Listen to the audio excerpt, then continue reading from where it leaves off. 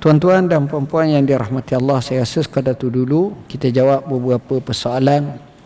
Soalan yang pertama, boleh ke tidak sujud syukur pemain bola tanpa wuduk dan menghadap kiblat? Sekarang ni kalau kita tengok atlet-atlet pemain bola, kadang-kadang kita tengok Muhammad Salah gugak di sujud syukur, Sadio Mane gugak di sujud syukur. Pemain bola Malaysia pun sama sekarang ni, bila gugak sujud syukur. Begitu juga pelari terpantas Malaysia, pecah rekod Azim, menang sujud syukur. Jadi boleh ke tidak sujud syukur macam ini?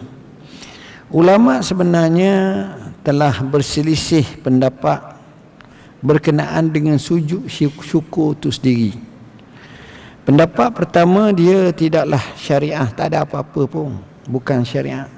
Ini pandangan Abu Hanifah, Malik dalam satu pendapat. Begitu juga Al-Imam An-Nakhai mengikut yang dinyatakan oleh Ibnul Munzir. Jadi tak perlu apa-apa, tak ada. Pandangan yang kedua adalah hukumnya sunat.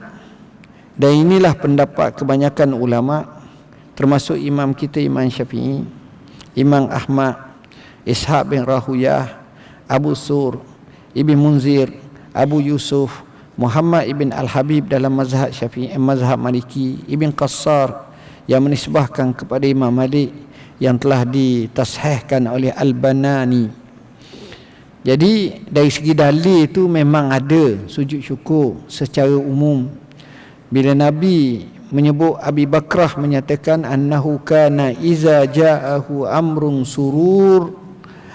sururin au busyira bihi kharra sajidan syakiran lillah. Nabi ni sallallahu alaihi wasallam, bila datang sahaja satu berita gembira atau yang diberitakan dengan berita gembira, dia akan sujud syukur kepada Allah Subhanahu wa taala. Riwayat Abu Bakrah ini ada beberapa lafazan daripada Abu Daud, daripada Ibnu Majah dan lain lagi, yang menunjukkan bahawa para sahabat juga turut melakukan sujud syukur apabila berlaku perkhabaran gembira. Contohnya Abu Bakar, apabila berlaku pembukaan Yamamah, boleh mengalahkan Nabi palsu Musailamatul Kazzab, dan dia dengar kisah bagaimana Musailamah Kazzab ini dibunuh, maka dia sujud syukur. Begitu juga Sayyidina Ali radhiyallahu anhu sujud syukur apabila mendapati bahawa Sudayyah daripada kalangan Khawarij telah dibunuh.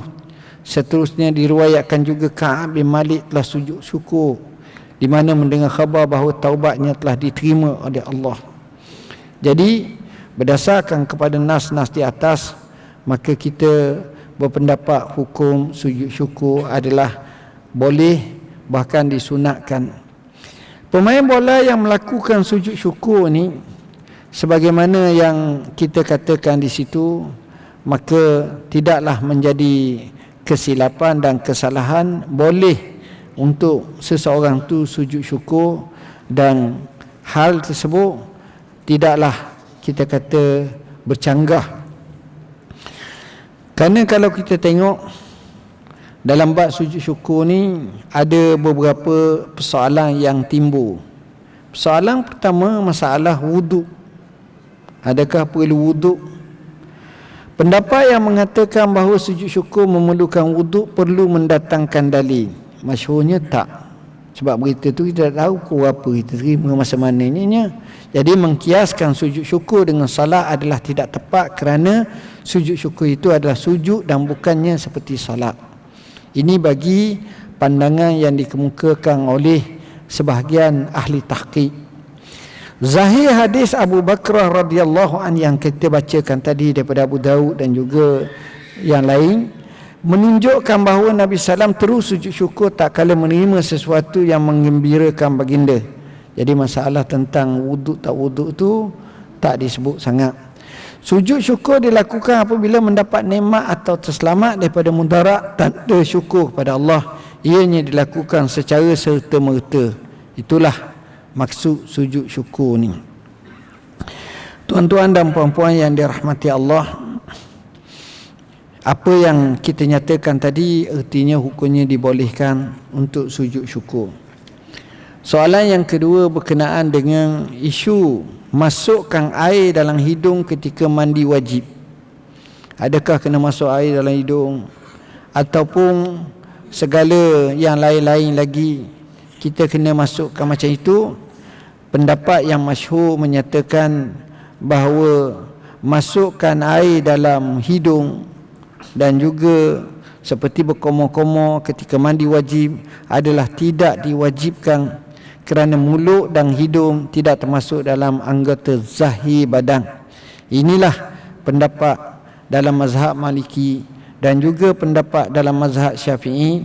Bahkan Al-Khatib Asy-Syarbini berkata daripada kalangan mazhab Syafi'i jelas menunjukkan tidak diwajibkan ketika mandi untuk berkomor-komor dan masukkan air ke dalam hidung, dan ini boleh kita lihat dalam kitab Mughni Al-Muhtaj.